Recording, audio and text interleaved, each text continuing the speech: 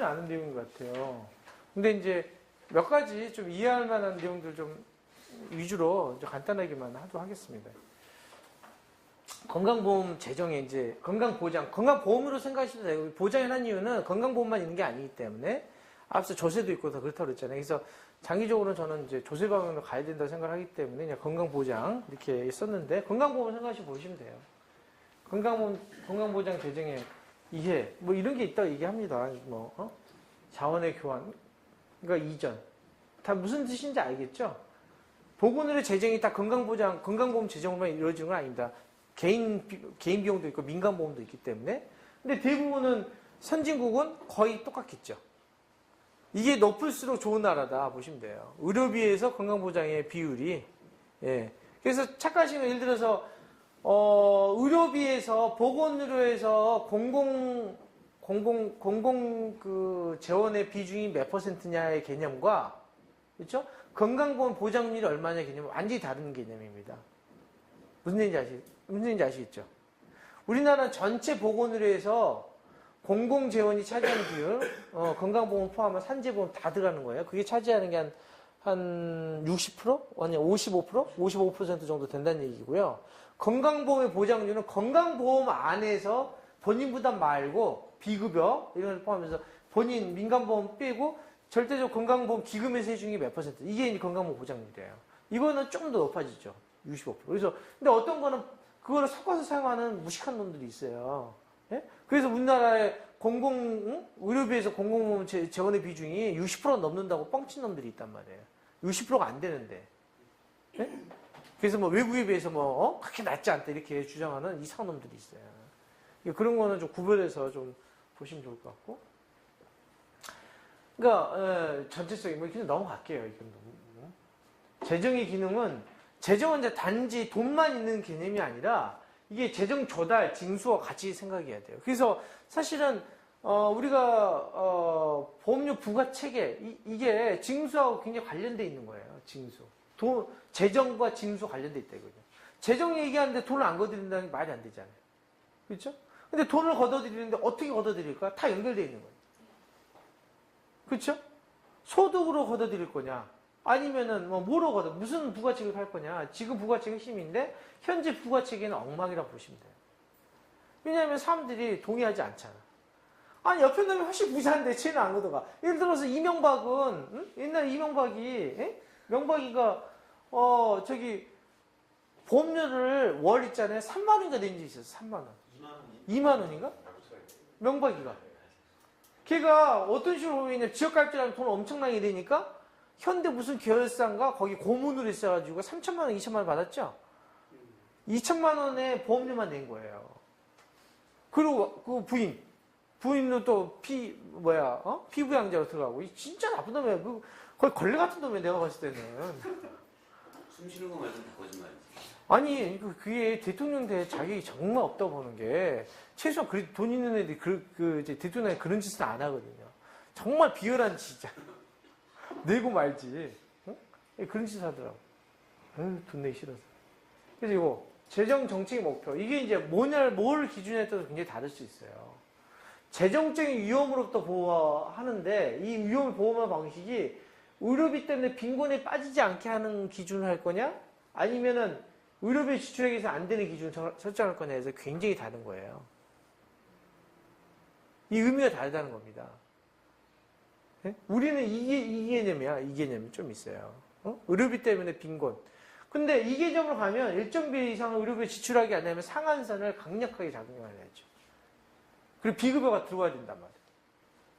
그러니까 어떤 기준을 설정하냐에 따라서 재정을 훨씬 더 많이 해야 되느냐, 적게 하느냐가 달라진다는 얘기예요. 그러면서 이 두 가지 어느 기분 하느냐. 그리고 이것도 빈곤도 있잖아요. 소득 상실을 포함할 거냐, 안 할 거냐. 우리 포함 안 돼 있잖아요. 그렇기 때문에 우리나라 가장 기준이 낮은 기준이다 보면 돼요. 최소한 빈곤은 떨어지지 말게 하는 정도 하자. 그러니까 할인하는 거지. 근데 소득은 넣으면 안 돼. 돈이 많이 들잖아. 그러니까 재정 규모가 작은 거죠. 우리가 재정이 많은 것처럼 보이는 것은 단일 보험자이기 때문에 많은 거지 외국에 비해서는 굉장히 낮은 거예요. 우리가 전체 소득에서 몇 %예요? 보험료율이 6%잖아요. 6%. 독일 몇 %인지 아세요? 임금의 16%예요. 16%를 걷어들인다니까. 우리 300만 원 월급자가 있으면 300만 원에 우리는 몇 프로예요? 6%면 3%는 된다. 3%. 3%면은 네트로 300만 원을 받는다면 9만 원인가? 9만 원 되는 거 9만 원. 그다음에 사업주가 9만 원 내는 거고. 걔네들은 16% 8%를 내는 거지. 훨씬 많은 거지. 24만 원, 한 번 24만 원 내는 거예요. 보험료. 굉장히 차이가 나는 거죠. 이런 차이가 있다. 네트 개념은 아니다. 300만 원이 네트 개념은 아니고 실제 이제 그 보험료 책정, 월급 책정이 300만 원이면 거기에 3%니까. 자, 이렇게 그래서 그렇기 때문에 이런 기준으로 가면 갈수록 사실은 재정이 커져야 된다. 그럼 보험료율이 올라가야 되는 거죠. 어떤 방식이냐, 목표가 뭐냐에 따라 달라진다는 얘기를 합니다. 그리고 공평한 재정 부담, 소득에 따른 재정 부담을 하는 게 공평한 재정 부담이겠죠. 소득에 따라. 근데 그러면 이게 부가 체계 문제가 발생해. 그리고 더 공평하려면은 수직적 형평성이 더 중요해있지. 세금 방식, 소득 누진적 이게 사실 되는데 그럼 보험료는 누진적으로 하면 안 되냐? 이게 또 디베이트가 있을 수 있어요. 예전에 민주노동당 안은 보험에도 누진적으로 하자는 아니었어요. 장기적으로. 실제 그런 나라가 있어요. 일정 소득 이상은 더 내. 근데 우리는 일정 소득이 높으면 더 안 내. 상한제가 있기 때문에. 300만 원? 월 300만 원 이상은 안 내지. 보험료. 그거 해보면 그렇지 않고요. 400만 원인가? 소득 기준으로 연 8억 정도 돼요. 아니. 보험료가 300만 원인가 얼마 이상이면은 8억에 3판에 24니까 240만 이상이면은 똑같다는 얘기예요. 이 얘기는 뭐냐면은 훨씬 더 불형평적이라는 얘기죠. 예. 불형평적이다. 이렇게 보시면 돼요. 그리고 이제 안 좋은 게 건강 위험에 따른 재정 부담. 그게 이제 사전을 하는 거는 사회보험은 없어요. 사회보험에서는 개인의 위험은 고려 대상이 아니고 민간보험은 사전에 재원 조달을 해서 재정 부담을 이렇게 하는 거죠. 위험이 많은 사람 많이 낸다. 근데 사후적인 거는 그렇게 할 수가 있다는 얘기예요. 사후적인 게 뭡니까? 본인 일부 부담. 건강보험이 다 안 해주는 거지. 일부 부담이 있는 거. 이게 사실은 위험에 따른 재정 부담이에요. 위험이 많은 사람이 많이 내잖아요. 그렇죠? 그랬더니 이거는 사회보험하고 공평하다고 볼 수 없는 거예요. 예. 공평한 재정 부담은 아니지. 효율성이라는 논리로 가는 거야. 효율성. 그러니까 이걸 얼마나 깨느냐가 중요한데 그러면 최소한 우리는 이 싸움을 해야 되는 거야. 일부 부담의 논리가 최소한 외래는 아니라도 이보는 이게 위험에 따른 재정 부담을 해서는 안 된다. 본인이 선택하는 게 아니기 때문에 이보는 그렇죠? 선택할 수 있는 상황이 아니라는 거죠. 그래서 위험에 따른 재정 부담을 사후적으로 하는 것들을 인정한다 하더라도 외래는 모르겠지만 약국인 모르겠지만 최소한 이보는 무상으로 가야 된다. 이런 논리를 해야지 하나의 운동이 될 수 있다. 무상으로라 이 표현을 쓴 거예요. 다 이게 비급여를 없애고 해서 한 90% 이상을 달성하자. 그런 나라가 OECD 나라의 거의 몇 퍼센트, 70% 이상이 90% 이상이란 말이에요. 자, 그럼 재원 조달의 원칙은 뭐냐면 자, 적절성 안에서 충분히 해야 돼, 양쪽으로. 미래에도 수요 변화에 충분히 대응할 수 있어야 된다. 이게 이제 재원 조달의 원칙인데 과연 그러느냐? 이런 부분들이 이제 퀘스천이죠. 그렇죠? 충분하지 않다 우리는 이런 거고 다른 분야에 부정적 영향을 미치지 않아야 된다. 이게 좀 더 디베이트야. 이게 이제 이 싸움을 우리가 이겨야 되는 이걸 말씀드리는 이유가 항상 논리가 뭡니까? 건강보험료를 올리면 가처분 소득이 떨어지고 다른 부분의 고용이라든지 임금에 영향을 미치고 다른 부분의 사용이 줄어든다. 소비가 떨어진다. 이런 얘기를 많이 한단 말이죠. 그렇기 때문에 사회보험료 인상에 대해서 재정당국이 반대한단 말이에요. 근데 그 뒤에 나오나? 근데 그런 연구 결과가 나오는데 실제 별로 연결되지 않다. 여기 있죠. 사회보험료가 대표적으로 사회보험료를 인상하면 그런 얘기를 굉장히 많이 한다는 거죠. 근데 실제적으로는 저축 감소, 소비 증가 그것 때문에 이런 건 있지만 있을 수는 있죠. 상대적으로 예를 들면 연금이 잘 돼 있고 건강보험이 잘 돼 있는데 저축할 이유가 없잖아요. 미래가 보장돼 있기 때문에. 그래서 소비가 증가해. 따라서 소비가 증가하기 때문에 고용이라든지 임금 문제, 고용 문제에 다른 고용이 나쁜 영향을 끼치지 않는다는 설도 있어요. 오히려 연금이라든지 이게 안 좋으면 사람들이 저축을 하려고 한단 말이죠. 자꾸 재테크를 하려고 하고 소비를 하지 않는 거죠. 그러면 사회적으로 돈이 안 돌기 때문에 그렇죠? 예, 고용 임금 문제에 오히려 더 부정적인 영향을 끼친다라는 연구 결과도 있다. 이게 그러니까 정 효과, 부 효과가 다 있기 때문에 반드시 사회보험을 증가시킨다 해가지고 고용과 임금이 나빠진다, 고용이 나빠진다라는 것은 틀렸다. 근데 이 얘기를 분명히 한다는 얘기죠, 애들이. 그래서 건강보험 하나라도 그 얘기 한다는 얘기예요. 그래서 항상 보험료 인상 얘기하면은 경청이 반대 논리가 이 논리다 이거예요. 기업 여건이 안 좋아지고 우리는 고용을 할 수가 없다. 이런 논리가. 그러면은 그 기업은 영향을 미칠지 모르겠지만 거시 경제 입장에서는 일자리 창출이 될 수가 있다. 소비가 증가하기 때문에 안정되기 때문에 사람들이 별도로 민간보험을 들 필요가 없잖아요. 그런 이유가 그거예요. 민간보험을 들지 않는 이유이기 때문에 가처분 소득이 증가하잖아. 그럼 소비가 증가할 수 있고, 그렇죠? 불안하지 않기 때문에. 이제 그런 거를 우리가 여러분들이 얘기를 해주셔야 된다는 얘기예요. 종료 성격. 그리고 이제 이런 거 의료저축계좌. 그래서 지금 정부가 하려는 게 이런 거예요. 지금 이제 어떤 거 하려냐면 민간보험도 커지고 이제 건강보험은 부담도 커지고 그러니까 어떤 걸 하냐면 저축해라 이거 저축, 강제저축 비슷하게 의료저축계좌. 네가 저축해가지고 저축 안 둬가지고 의료비 쓰라 이거예요. 이게 이제 싱가포르 모형인데 이거를 이제 일부 옛날에 도입하려고 난리 쳤는데 최근에 이런 얘기 또 나와요. 대안으로. 건강보험 보장성 강화의 대안으로 나와. 그러면 상당히 매력적이잖아. 누가 매력적이에요? 중산층 이상이 매력적이에요. 상위 30%, 중산층도 아니에요. 상위 30% 이상이 매력적이야. 상위 30% 이상은 보험료 인상 별로 안 좋아해. 그렇죠? 그리고 저축 여력이 있잖아요. 민간보험도 가입해. 그럼 보험료 왜 인상하느냐? 이거 하려면 저축을 해서 싱가포르 모형처럼 다른 용도로 쓰지 않는 거예요. 그 용도만 쓸 수 있는 저축 계좌를 만드는 거죠. 정부가. 그리고 비과세, 세금 해주고 거기에 대해서는 이제 연말정산에 포함시키는 이런 거예요. 그러면 걔네들 굉장히 유리하죠. 이런 거를 하시겠다는 게 이제 그런 논리란 말이에요. 그러면 이 논리가 강해되면 뭐냐면 건강보험 기능이 더 약화되는 거죠. 그럼 부자들이 돈을 내야 되는데 일종의 이게 사회연대적 기금 성격이 강하잖아요. 그렇죠? 사회보장적인 성격이 강한데 저축계좌로 하게 되면 내 건 내가 해결하겠다. 이런 논리예요. 자, 이런 거를 또 우리가 이 논리들을 또 깨야 된다 이거죠. 이게 결국은 사회연대적인 분들을 약화시키는 거다. 그렇게 되면 이제 건강보험은 더 이제 쪼그라드는 거죠. 그렇게 되면 가난한 사람은 더 의료 이용을 못하는 문제가 발생하게 돼요. 부자들이 안 들어오기 때문에. 자, 위험문산 넘어가겠습니다. 시간이. 이거는 우리 얘기가 아니라 독일. 독일 같은 경우는 한 가지만 들면 독일 같은 경우는 조합식이라고 그랬잖아요. 조합. 부자 지역이 있고 가난한 지역이 있는 거예요. 부자 지역은 안 아파. 안 아파요. 가난한 지역은 아파. 부자 지역은 돈이 많아. 소득이 높으니까. 동일한 보험료로 걷다 그랬잖아요. 16%. 그럼 부자들은 항상 걷어들인 것보다 나가는 게 적을 거 아니에요. 그래서 부자 조합은 돈이 항상 남아. 가난한 조합은 항상 적자야. 그게 조합식의 문제예요. 이게 독일이 후진제도예요. 독일이. 그럼 독일은 어떻게 하느냐? 이걸 조정해줘. 이 부자 조합에서 가난한 조합으로 돈이 흘러가요. 그걸 리스크 어저스먼트라고 그러는데 동일하게 하면 안 된다 이거예요. 그러면은 결국 어디는 파산하고 어디는 잘 되는 문제가 발생할 거 아니겠습니까? 그래서 지출 부분들을 지출 이쪽이 훨씬 더 지출이 많기 때문에 리스크를 어저스트한다, 보정한다.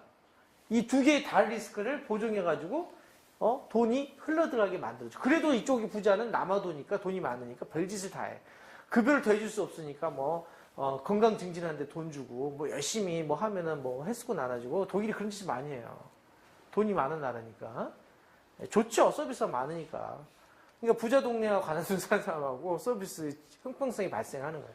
건강 형평성이. 그래서 저는 좋은 제도가 아니라고 생각합니다. 그래서 우리나라는 시스템적으로는 굉장히 형평적인 제도를 달성할 수 있는 기반을 갖추고 있다.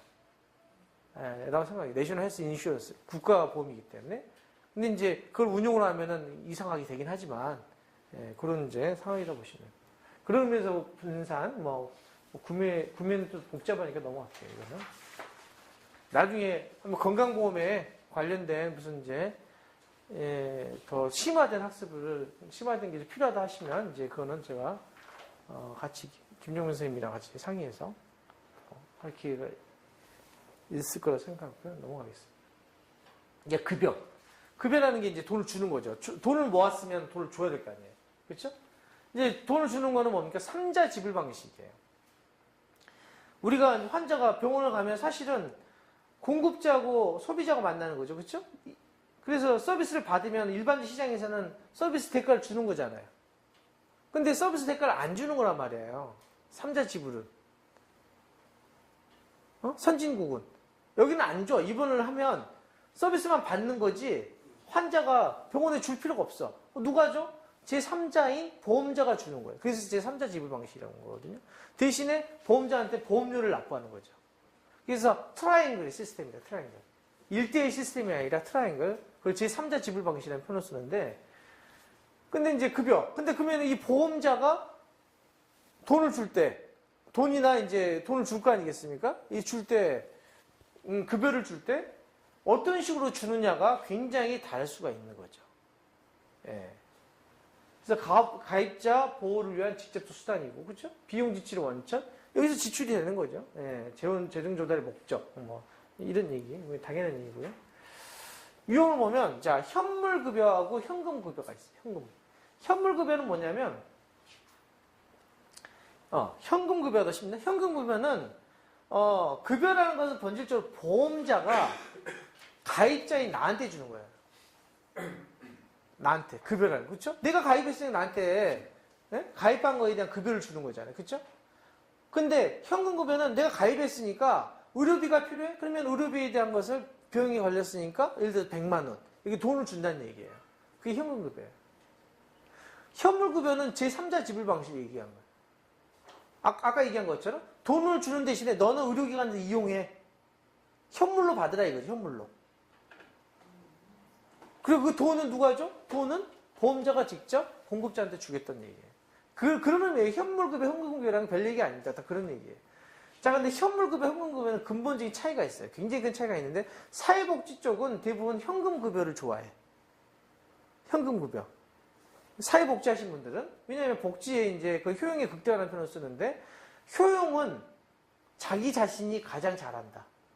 저는 그걸 자유적 시각이라 표현을 쓰는데 굉장히 비판적인 사람이긴 하는데 근데 사회복지하는 그래도 맞는 측면도 있어요. 왜냐하면 필요한 사람이 가장 내가 잘 알잖아요. 필요의 정도가 다를 수 있다는 사람. 어떤 사람은 먹는 게 더 필요할 수도 있고 어떤 사람은 주거가 더 필요할 수도 있고 어떤 사람은 통신을 안 하면 나 죽는 사람. 그래서 슬픈 얘기도 있었잖아요. 얼마 전에 기초생활수급권자 그 아주머니 혼자 사는 아이랑 아이 키우는 이제 애기 엄마였는데 둘이 애기 엄마죠. 그죠? 초등학생이 그러는데 국가에서 60만 얼마인가 받았어요. 65만 원인가를 기초생활수급권자로 현금을 받았는데 그게 대표 현금 급여죠. 급여를 받았어. 65만 원 중에서 40만 원을 뭐 했었게요? 월세 썼으면 제가 그런 말 했겠습니까? 네?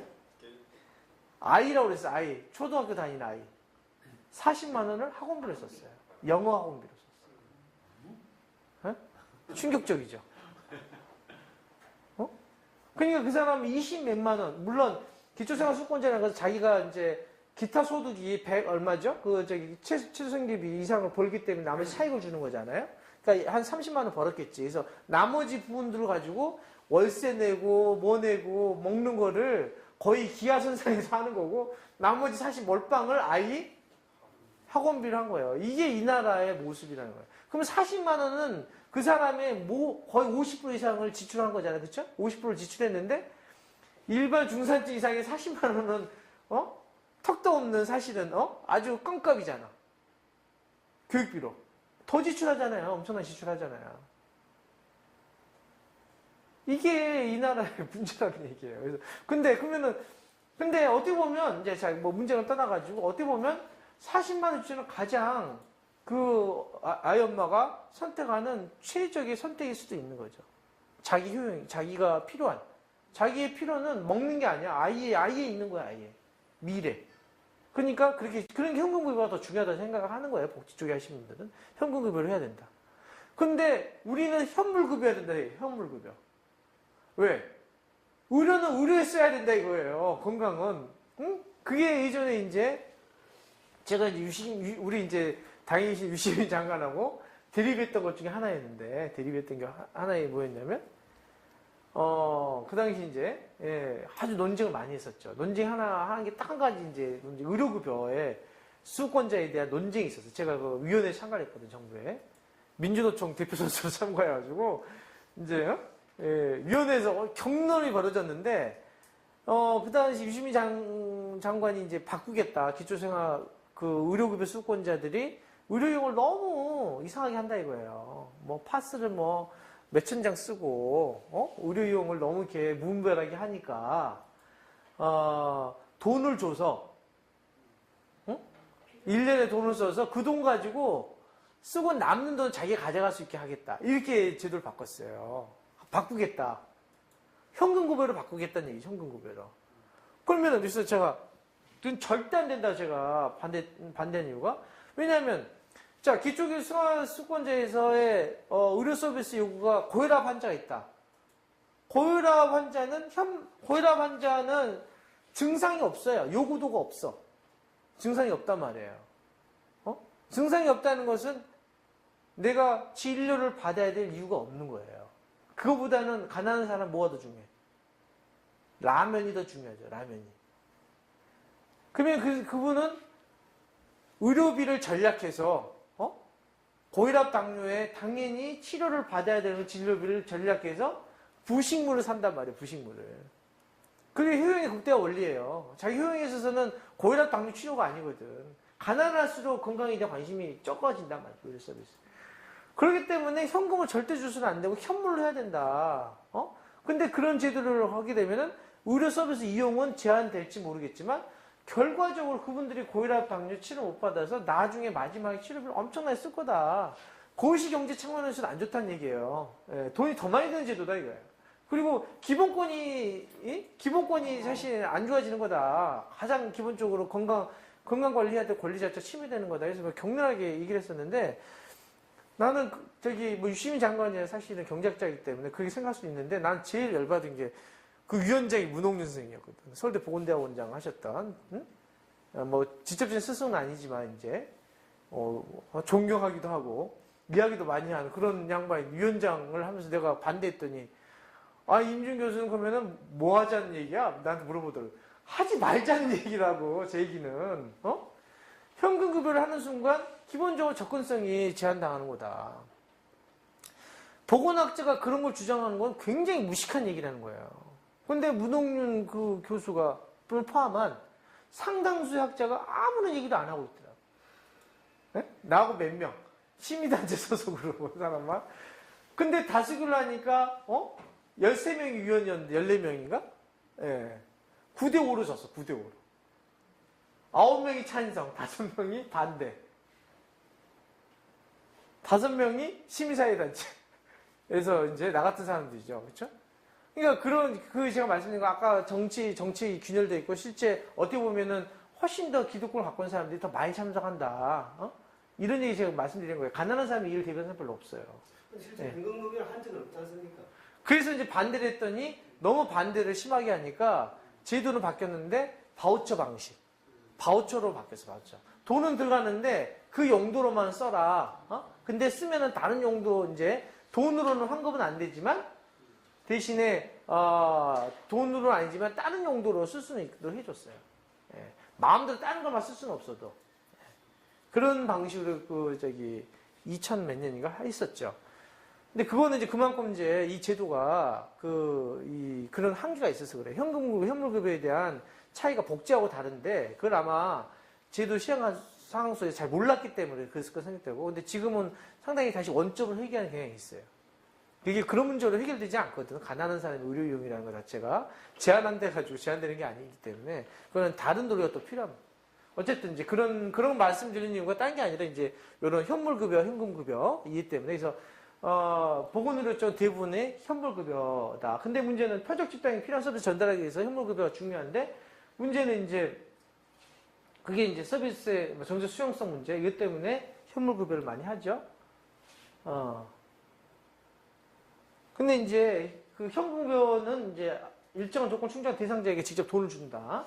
그래서 비전문가 판단이 가능하고 기준이 명확한 서비스가 대상이 된다는 측면에서 굉장히 장점이 있어요. 근데 현물급여는 그 기준을 누가 정하느냐? 자, 요 현금급여하고 반대 생각하면 되는데, 자, 현금급여는 비전문가 판단이 가능해요. 그냥 소득 기준은 얼마? 이는 기초생활수급권자인데 소득을 얼마 벌었어? 그럼 나머지 주면 되잖아요. 굉장히 판단 쉽잖아요. 근데 현물급여는 그 급여를 주느냐를 가지고 전문가가 판단해야 돼. 누가? 공급자가. 공급자가 판단하잖아요. 의사가. 이 사람한테 MRI 찍는 서비스를 건강공단에서 판단해 줄 거예요. 누가 판단해 줄 수가 없어요. 나중에 건강공단 심사하고 돈만 주는 것이지, 이 사람에게 현물급여를 뭐를 줄 거냐 판단은 전문가인 병원, 의사가 판단하게 된다 이거예요. 전문가의 판단에서 결정된다. 그게 근본적인 한계점일 수 있어요. 그러다 보니까 불신이 생기는 거지. 야, 이게 주는 게 맞아? 틀려? 급여는 사실은 공단이 주는 건데, 공단이 직접 돈을 못 주니까 주는 걸 가지고 보수 지불을 해주는 건데, 이 주는 현물급여를 주는 것 자체가 신뢰하느냐, 신뢰관계 문제가 이제 발생한다는 얘기예요. 이게 이제 이 현물급여의 근본적인 이제 차이고, 현물급여는 이제 이런 거죠. 그래서 효용의 극대화. 그러나 다른 용도로, 이게 또 가장 문제라는 거예요. 다른 용도로 사용되기 때문에 줄 수 없다 이거예요. 그래서 그런 장단점이 있다는 얘기죠. 그래서 이제 보건의료에서는 상병수당으로 사용되는 거지, 상병수당. 상병수당 쉽잖아요. 쉬니까 일자리 일차나. 쉬잖아요. 그렇죠? 그러면 소득 손실이 발생하잖아요. 그거는 상병수당으로 현금급여로 준다. 그래서 이거를 대체하는 게 증서제도. 이게 이제 바우처 제도인데, 이게 이제 복지만 많이 사용되는 게 아니라, 복지도 이제 현금급여의 한계를 극복하기 위해서 바우처 제도가 있죠. 바우처 제도. 그래서 예를 들어서 요양 바우처. 산후도우미 바우처, 이렇게 바우처를 주는데, 보건으로도 바우처가 있어요. 그게 이제 만성질환자. 만성질환자가, 의료기관 서비스를 자기 이용하면 바우처를 줘가지고, 일정하게 모아지면 선물을 준다거나, 아니면은 그 바우처를 가지고 헬스센터를 이용하게 해준다거나, 이런 바우처를 이용한다는 거죠. 그래서 특정 보건사업을, 건강증진사업을 잘할 수 있도록 만들어주는 이런 바우처 제도도 일부 한다. 이렇게 보시면 됩니다. 이런 장단점이 있다. 그래서 이제 급여 항목과 범위 원칙인데, 이제 이게 또 이제 쟁점이라는 거죠. 급여를 어느 정도까지 해줄 거냐. 그러니까 전문가가 판단하는데, 그러면은 그 범위를 가입자가 그러니까 보험회사가 정해야 될 거 아니겠습니까? 그러면 그 범위에 따라서 재정이 또 결정이 되는 거고, 범위가 어느냐에 따라 가지고 제공자가 유인수요가 발생하기도 한단 말이에요. 막 제공을, 쓸데없는 제공을 할 수도 있고. 그래서 그 항목을 정하느냐가 매우 중요한데, 자, 재정의 제약이 있다는 전제가 필요한 거죠. 그쵸? 한정 없이 해줄 수 없으니까. 근데 우리는 제약이 너무 많아. 그래서 문제인 거죠. 외국도 마찬가지로 제약 때문에 급여 항목에 대한 제한이 있긴 해. 그때 가지고 비급여를 막 인정해 주진 않죠. 제약을 비급여로 인정해 주지 않고 못하게 할 뿐이지. 서비스를. 그 서비스는 불법이에요. 우리는 합법을 해줬는데 돈을 안 해줘. 그게 그 차이인 거예요. 외국은 무조건 다 해준다? 그거 거짓말이에요. 그건 XX. 외국도 건강급여 항목 범위가 있습니다. 근데 이 법이 안에 있는 것만 해야지, 밖에 있는 거 하면 불법. 돈을 안 줄 뿐만 아니라 그거를 개인한테 받으면 그 의료기관은 정지당하는 거예요. 근데 우리는 급여 범위가 있잖아요. 근데 급여 밖에 있는 것 합법이야. 그게 문제인 거죠. 그게 비급여잖아요. 비급여 합법. 그러니까 그 이유가 뭐냐면, 이건 당연히 외국에 가서 급여 범위 안에 들어와야 되는 건데, 단지 돈이 너무 없으니까 안 해준다는 것 뿐이잖아요. 그렇죠? 네, 그런 문제가 있어요. 그래서 우리는 비급여를 없앤다라는 것 자체가, 이제 왜 이런 얘기 하냐면, 사람들이 그런 비판을 한단 말이에요. 그럼 무조건 다 해주냐? 그런 게 아니란 얘기예요. 그럼 무식한 얘기라는 거예요. 그렇게 주장하는 그런 학자들이 있어요. 무상으로 얘기하면, 그럼 무조건 다 해줘? 그러면은 어떻게 버텨? 무슨 소리냐? 급여 범위가 정확히 있는 거다 이거야. 비급여는 없어지는 거다. 그리고 나머지는 불법인 거예요. 합법이 되려면 급여 과정에 들어와야 되는 거죠. 이해하시겠죠? 그래서 미용 성형은 불법이죠. 미용 성형은 해줄 수 없는 거죠. 환자가 동의하에서만 하는 거고, 그거 하는 거, 또 미용성형 받겠다는 모르겠지만, 그거를 미용성형과 관련된 걸 하고 나서, 환자한테 부담시킨다? 그거는 불법이다 이거예요. 그리고 급여범위 없는 거를 해줬어. 막 검사를. 안정성이, 효과성이 입증이 안 된 거 약을 썼어? 그걸 환자한테 부담을 하면 불법이고, 그거 영업정지 시켜야 되는 거죠. 대신에 효과성 있는 거를 비급여로 따로 받는 게 아니라 급여 범위 안에 있게 하겠다. 이게 우리의 주장이다. 정확하게 범위가 있는 겁니다. 요거는 하셔야 돼요. 그래서 무상의료, 건강보험 보장성 얘기할 때, 하나를 할 때 그런 주장이 돼서 여러분들이 그런 방어를 해 주셔야 돼요. 그래서 한정된 자원과 배분이 있어야 하기 때문에 당연히 범위가 있어야 돼요. 우선순위의 문제가 분명히 있을 수밖에 없다. 그래서 보장성 무상의료가 되더라도 이거는 계속 사회적인 쟁점일 수밖에 없어요. 전 세계적인 쟁점이에요. 뭘 해줄 거냐 말 거냐. 자, 대표적으로 우리만 안 해준 게 아니라 외국도 안 해준 게 우리 저기 로렌츠 오일 아세요? 로렌츠 오일? 로렌츠 오일. 그거 해줘야 될 것 같지 않아요? 로렌츠 오일 해준 나라가 없어요, 보험에서. 왜 안 해주냐? 로렌츠 오일이 효과가 있다라는 에비던스가 없어요. 에비던스가, 그러니까 증거가 없다 이거예요. 과학적인 증거. 근데 로렌츠 오일을 먹은 사람은 경험적으로 좋아진다고 생각한단 말이에요. 그리고 그게 약이냐? 이런 것 때문에 건강보험에서는 해준 나라는 없어요. 그럼 어디서 하느냐? 별도 펀드를 조성해서 하는 거야. 기금을 조성해서. 대부분 기금 조성해서 하는 거지. 근데 최대 정점 우리나라도 로렌츠 오일 해달라는 거예요, 지금. 응? 희귀난성 질환자 중에서 그 주장하신 분도 있어요. 쟁점 중에 하나예요. 근데 그건 이해가 가요. 그거 아이가 커가잖아요. 그러면은 로렌츠 오일만 한 달에 100만 원 써. 100만 원 먹어야지 살아. 오일값만. 내가 그거 들으면 눈물 없이 들을 수가 없어요. 여러분들 희귀질환자 그런 가족들하고 들어오면은 나라를 빨리 이거 어떻게 확 바꾸든지 하고 싶은 욕구가 막 생기는데 그런 욕구가 안 생겼다고 해도 환자 한 번씩 만나면 욕구가 생기거든요. 근데 진짜 심각한데 저도 얘기를 못해. 이거는 건강보험에서 해줄 수 있는 성격이 아니다.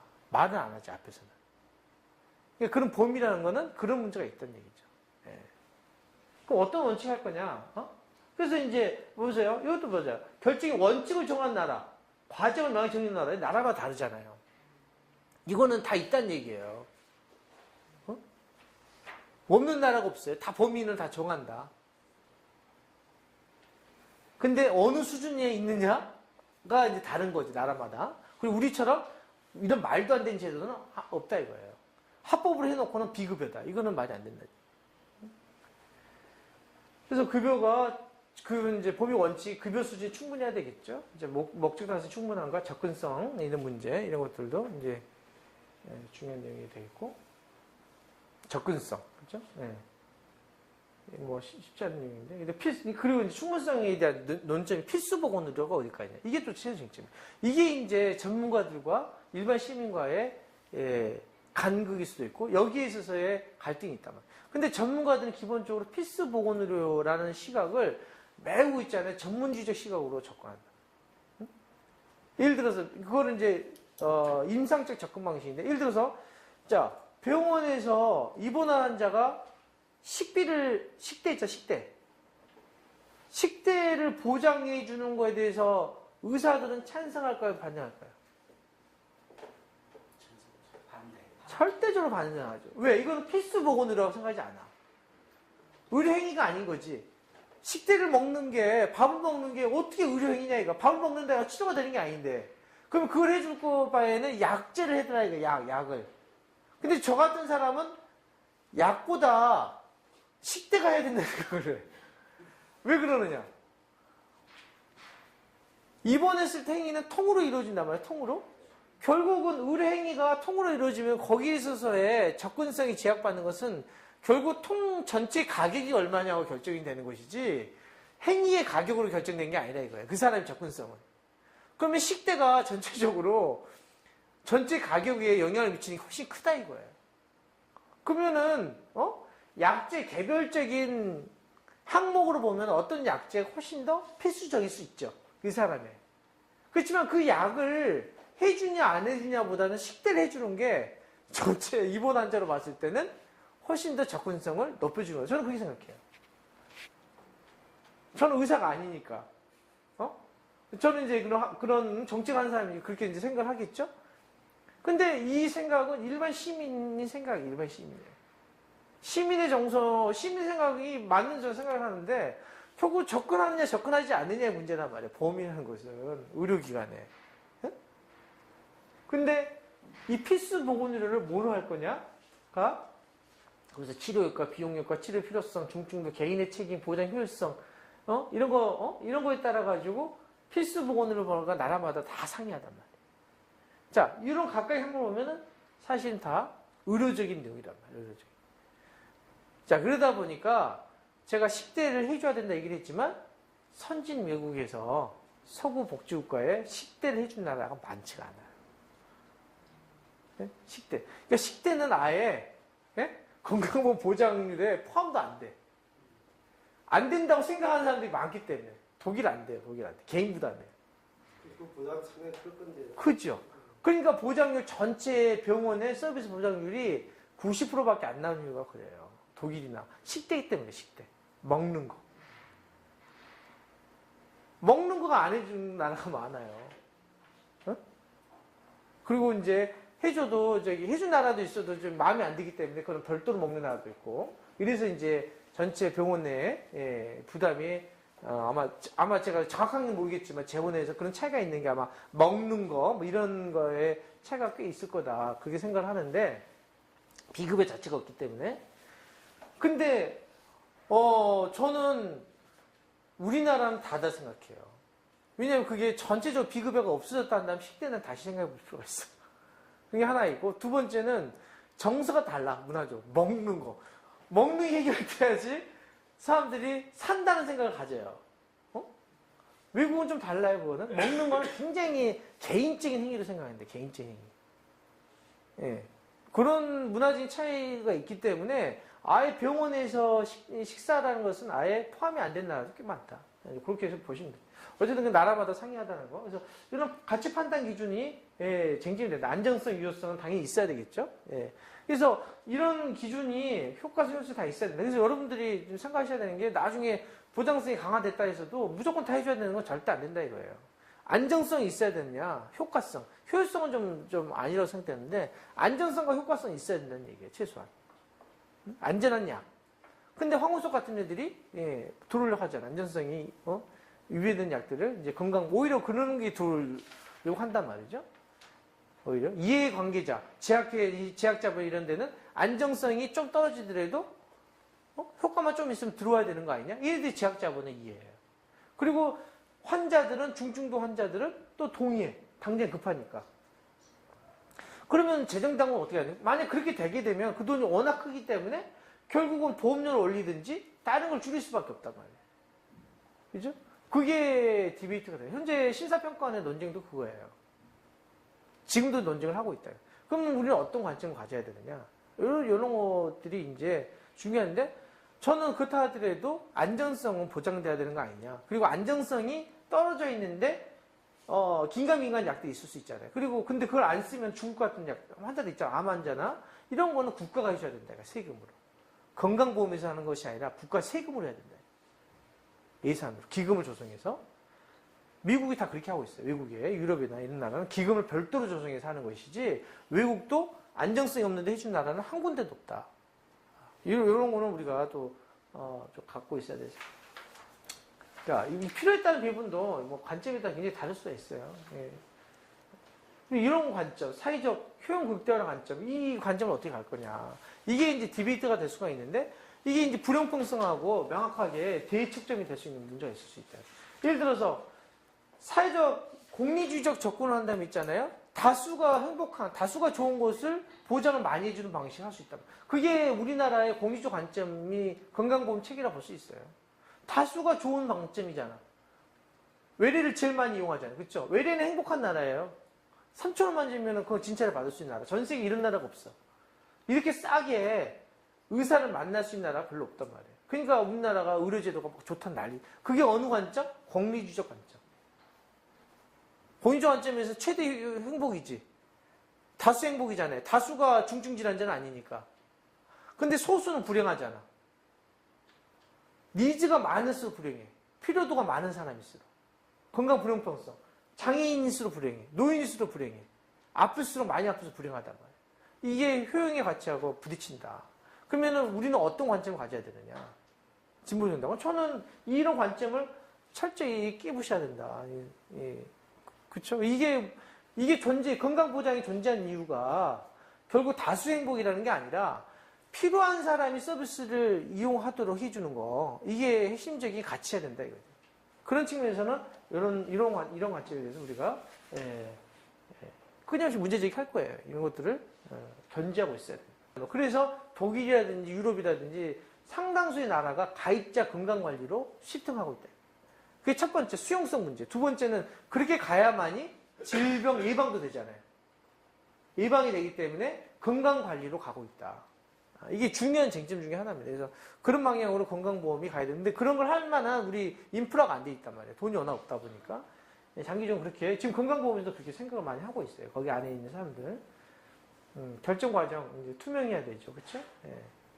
주요 논점. 이게 다 쟁점이에요. 효율성과 건강수준 향상. 어떤 걸 할 거냐. 효율성의 관점을 할 거냐. 수준 향상의 관점을 할 거냐. 다 재정과 관련되고 급여 수준과 관련돼 있다. 일반화의 문제, 수평적 우선순위, 실적 우선순위, 경제설명과, 직접 참여. 할 거냐, 자문할 거냐. 근데 이게 대중의 참여가 결국은 전문주의와 연결되면 전문가들이 지배하는 구조가 된다. 이게 저는 건정심 구조가 그나마 대중이 참여하는 구조다라고 얘기를 하는데, 근데 그 참여가 정말 제대로 참여되고 있느냐, 그럼 한번 생각을 해봐야 되죠. 건정심 구조가. 급여 결정을 누가 할 거냐. 이게 이제 건정심의 문제죠. 누가 참여할 거냐. 대표성의 문제. 시민이 참여하고 있는데 정말 대표하고 있느냐, 시민의 의견들을.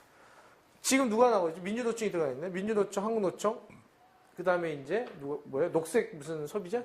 뭐든 바른사회 시민회의, 그게 가입자 쪽으로. 그리고 이제 경총도 들어가 있고, 또 의사단체 이런 쪽도 들어가 있잖아요. 그러면은 이런 식으로 여러 가지 구성이 같이 들어가는 결정 구조가 맞는 거냐? 독일은 전문가 전혀 안 들어가요, 결정 구조에. 독일은 딱 둘이야.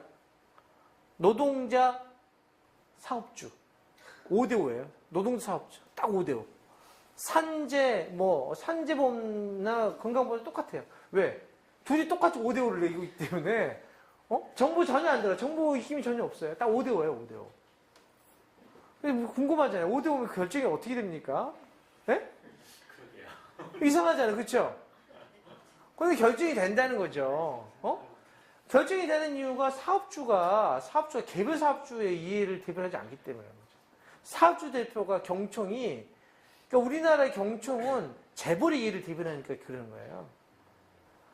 경총이 총자본 이해를 대변하면 합의가 안 될 수가 없어. 저는 그렇게 생각해요. 그러니까 산별노조가 합의가 되는 구조가. 그런데 지금 경총은 지네 몇몇 재벌 자본의 이해를 대변하니까 그게 안 맞는 거예요, 이게.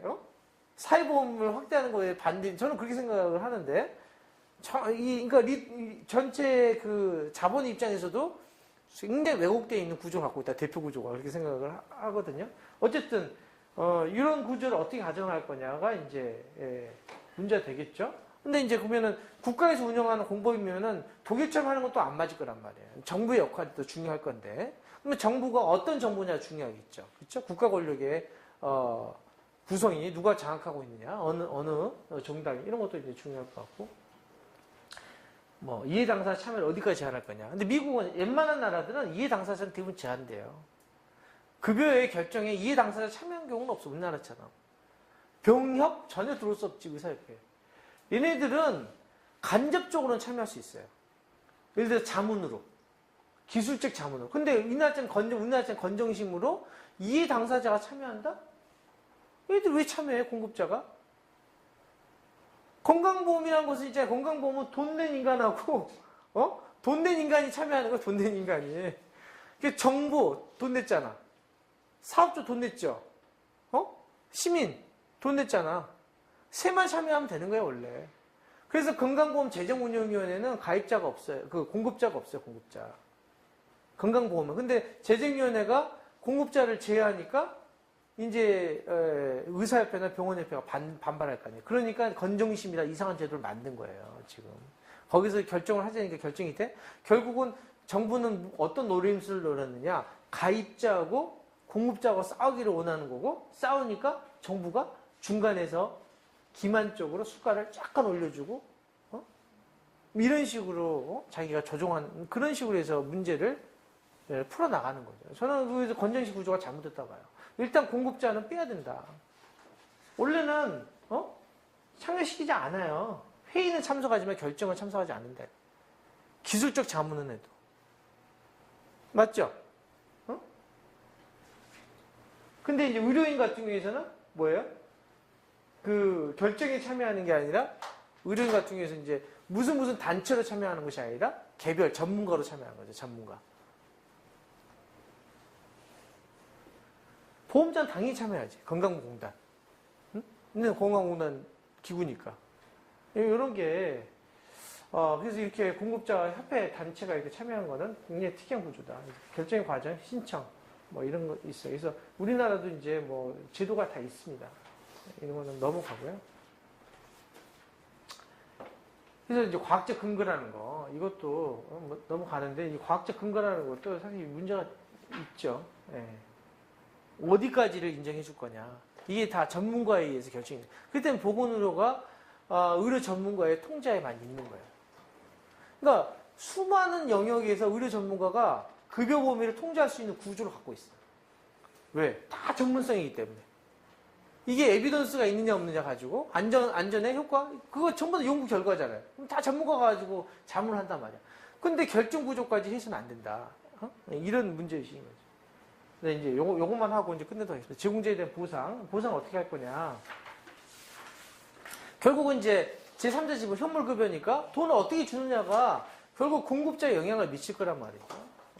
그럼 진료 보수의 원칙을 뭘 할 거냐. 자원 소모량을 정확하게 반영해야지 사실은. 쓴 만큼 줘야 되겠죠. 이게 어려운 거예요.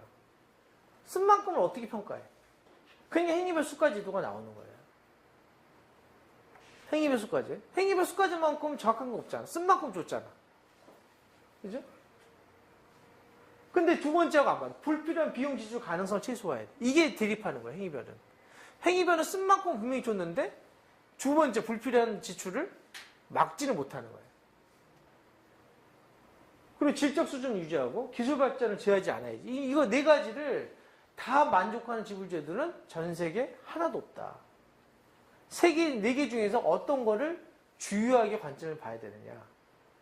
이게 이제 있다는 거죠. 그래서 불필요한 비용 지출 가능성을 최소화시키는 관점에서 이 세 가지를 적절하게 할 거냐, 요거를 관점을 두면서 나머지를 할 거냐, 이게 다른 거예요. 행위별 수까지도 요 관점이 핵심이에요, 핵심. 그 다음에 나머지는 들어가는 요인이란 말이죠. 그러니까 불필요한 비용 지출 가능성을 최소화하기 위해서 심사를 강화하는 거예요, 심사를. 그리고 이제 그러면 개인에 대한 보수가 있고 조직에 대한 보수가 있다. 일단 개인, 사회활동에 대한 보상, 제공 행동에 미치는 영향이 있죠. 넘어가고요. 재정에 미치는 영향이 커.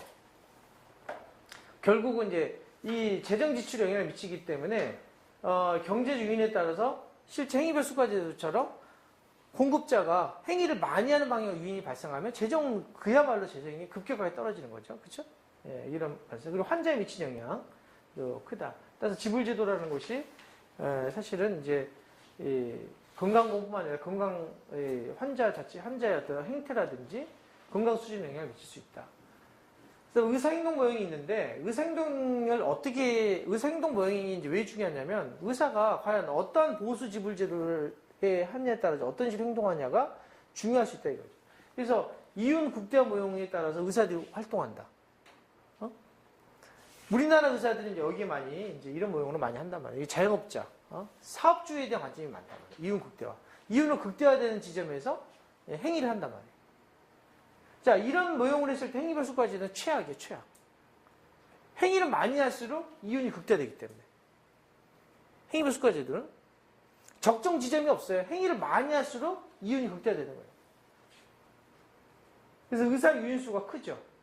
근데 목표 수입 모형은 뭐냐면, 이거는 뭐냐면, 의사들이, 일정한 타겟 목표가 있다고 하는 거예요. 자기의 인컴은, 자기의 목표 수입은 예를 들어서 1,000만 원이다. 월. 그러면 월 1,000만 원이 안 되면 유인 수요가 발생한다는 거야. 근데 1,000만 원이 딱 되는 순간 유인 수요가 발생하지 않고 정상화된다. 이런 이론이에요. 황당한 이론이죠? 근데 그 목표, 여기 쟁점 뭐냐면, 단점 뭐냐면, 이 목표 수입이 얼마인지 몰라. 어? 근데 목표 수입이 낮으면, 그러니까, 결과적으로 아는 건데, 의사 행위가 과도하게 행위량이 증가된다 보면, 목표 수입이 달성되지 못했다. 수가 구조나 이런 것 때문에. 그래서 행위량을 늘린다. 그렇기 때문에 수가를 올려줘야 된다. 그런 이제 이론으로 사용되는 거죠. 오랫동안 사용되는 개념이에요. 이거나 사실 같은 얘기인데, 자, 이 두 가지는 결국은 일정한 인컴, 수입을 창출할 때까지 의사들은 행위를 한다는 거예요. 그러니까 이거는 결국은 시장 논리에 따라서 의사가 행위를 한다는 거예요. 자, 이건 뭐냐? 환자 대리 모형은 뭐냐? 환자 대리 모형은 의사는 환자의 대리인으로 역할을 하기 때문에 수입이 창출의 목적이 아니라 환자의 상태에 따라서, 그러니까 일종의 지주 마름 절대가 아니고 이제 환자 대리인이라 이거 변호인의 개념이라는 거죠. 그래서 환자를 변호하는 개념이기 때문에 환자의 상태에 따라 가지고 적정한 진료 행위를 한다는 전제예요. 이거는 굉장히 다른 논리를 갖는 겁니다. 자, 이 모형으로 가게 되면 사실 행위별 수가제도는 문제가 안 생길 수가 있어. 환자를 대리하기 때문에. 여기에 근접한 나라는 주치제도를 한 나라겠죠. 주치제도. 주치제도를 한 나라는 기본적으로 내 환자란 말이야, 환자. 예를 들어서 뭐 인구 1000명이나 2000명인데 내 주치를 한다고 그러면은 이 사람한테 행위를 많이 하는 것 자체가 한계가 있을 수밖에 없어요. 왜냐면 맨날 보는 환자이기 때문에. 그렇죠? 주치 모형이 많단 말이에요. 그렇기 때문에 주치를 한 나라에서는 행위별 수가제도를 해도 큰 문제가 없다는 거예요. 예를 들어서. 근데 문제는 주치제도를 한 나라는 행위별 수가제도 하지는 않지. 무슨 얘기인지 아시겠죠? 근데 요 모형이 맞는 것은 주치제도를 하지 않는 나라. 우리나라.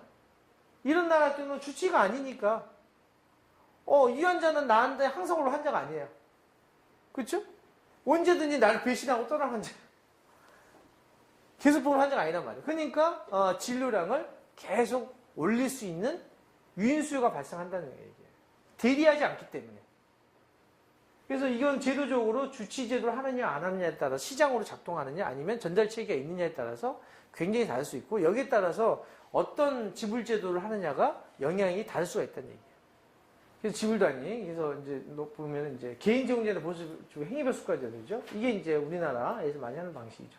그래서 결국 자원기준 상대같이 여기에서 하고 있는데 모든 행위 자체를 전부 다 상대 점수화 시켰어요. 예를 들면 의사의 진료는 뭐 10점, 수술은 뭐 40점. 그래서 40점 곱하기 가격을 줘요. 뭐 환산 지수라고 그러나 환산 지수를 해가지고 그걸 가지고 보상을 해주는 거예요.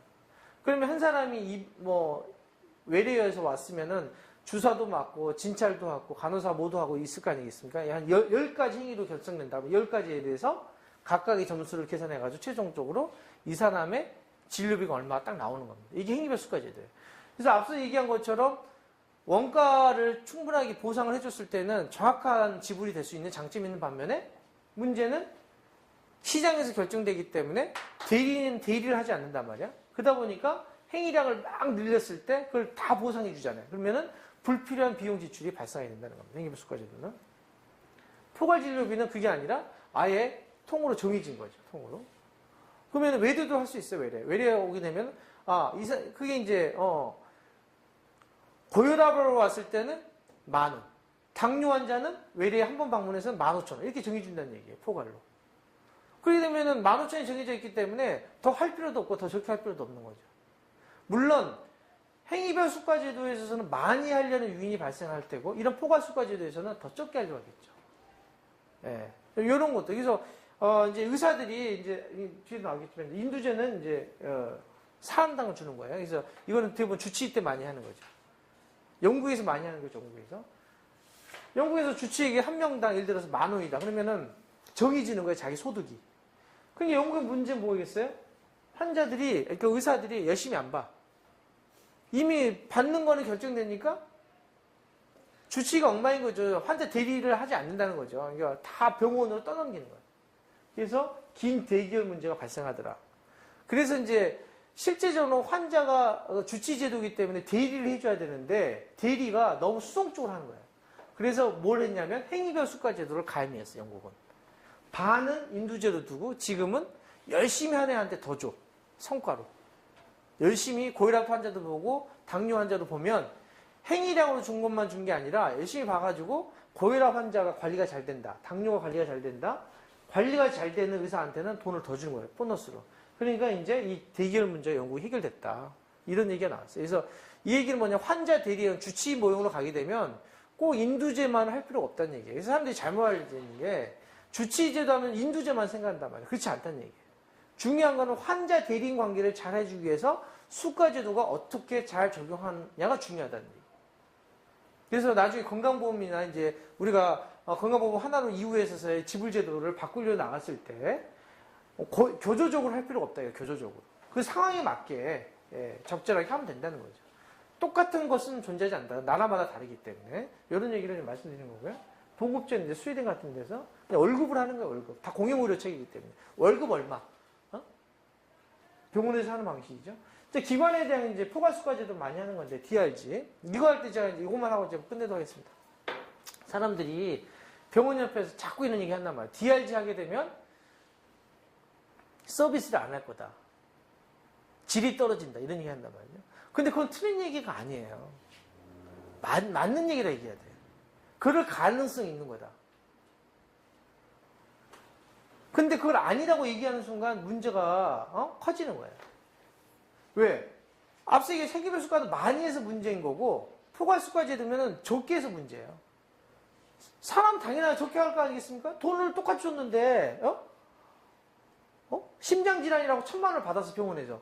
그럼 옛날에는 약을 많이 썼던 거를 적게 쓰겠지. 적게 쓰라. 옛날에는 병원장이 많이 쓰면은 상장 줬겠지만 이제 포괄수가제도 하면 병원장이 뭘 하냐면 적게 쓴 놈한테 돈을 더 줘. 되도록이면 적게 쓰고 재원기간을 짧게 하고 빨리 내보내고 빨리 내보내서 유리하잖아요, 병원이. 그러니까 완전히 시스템이 바뀌어지는 거예요. 옛날 행위별에는 그러니까 심사를 강화되는 거고 포괄수까지는 심사가 아니라 심사할 필요가 없어. 뭘 쓰느냐는 안 중요하니까. 안 쓰는 게 문제잖아요. 그러면 평가를 해야 돼, 평가. 질이 떨어졌는지. 이것 때문에. 퇴원을 시키지 말아야 될 환자를 퇴원을 시켰는지. 입원 시킬 수 유리하니까 입원을 막 시켜요. 입원을 시키지 말아야 되는 환자를 입원시켰는데 이거 평가하는 거예요. 이게 중요한 거예요. 심사는 뭐냐면 이 행위 하나하나를 껌껌이 이놈이 이거 불필요한 걸 했어 안 했어 이런 거를 각각을 다 심사한다는 거예요. 이게 시스템들이 완전히 달라진다. 근데 정부가 포괄수가제도 하게 되면 질이 떨어질 가능성을 병역이 얘기를 하고 있는데 그럴 가능성 전혀 없다. 이게 쟁점이 되면 안 된다는 얘기예요. 우리의 쟁점 뭐냐? 자, 진료보수 원칙. 이게 원칙이냐, 이게 원칙이냐 이거예요. 그리고 이걸 통해서 서비스 질이 어떤 게 더 나빠지느냐. 과잉 진료를 해서 발생하는 서비스 질의 문제. 그리고 과잉 진료를 더 큰 건 과잉 진료를 통해서 이걸 통해 행위별 수가제도를 발생해서 불필요한 비용 지출 때문에 발생하는 문제가 더 큰 거냐? 아니면 이거를 최소함으로 통해서 질적 문제나 아니면 원가를 똑같이 보존해 주는 건 아니잖아요. 그렇죠? 포괄해 주니까 여기에서 계산의 차이가 발생할 수 있잖아. 어떤 병원들은 억울할 수 있잖아요. 자기는 환자는 중증 환자가 많이 왔는데 가격을 똑같은 가격을 주니까 우리는 불리하다 얘기할 수 있단 말이에요. 거기서 오는 단점이 더 큰 거냐? 사회적으로 판단해야 될 문제라는 거예요. 근데 지금 우리 사회의 문제는 이게 더 크다 이게.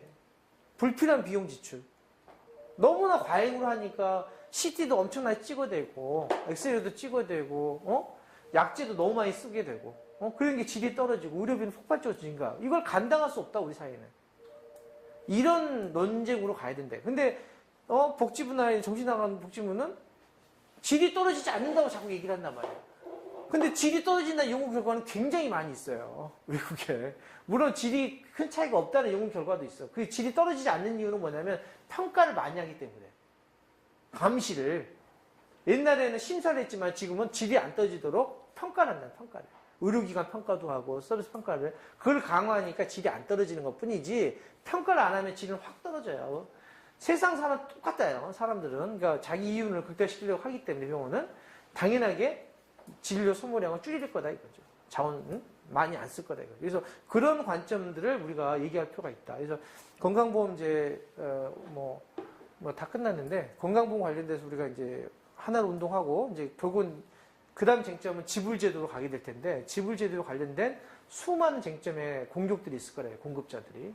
행위별수까지는 반드시 바꿔야 되는데, 바꾸지 않고서는 이건 지속 가능하지 않단 말이에요. 이거를 바꾸려 했을 때 이제 결국 포괄수가제도라든지 총액 뭐 이런 식으로 바꿔야 되는데, 그런 속에서의 제공자들의 반대돼서 우리가 그런 근거들 가지고 얘기를 해야 된다. 지금의 문제는 이게 어떤 게 절대적 좋고 나쁘의 문제가 아니다. 어떤 거 다 장단점이 있는 거다.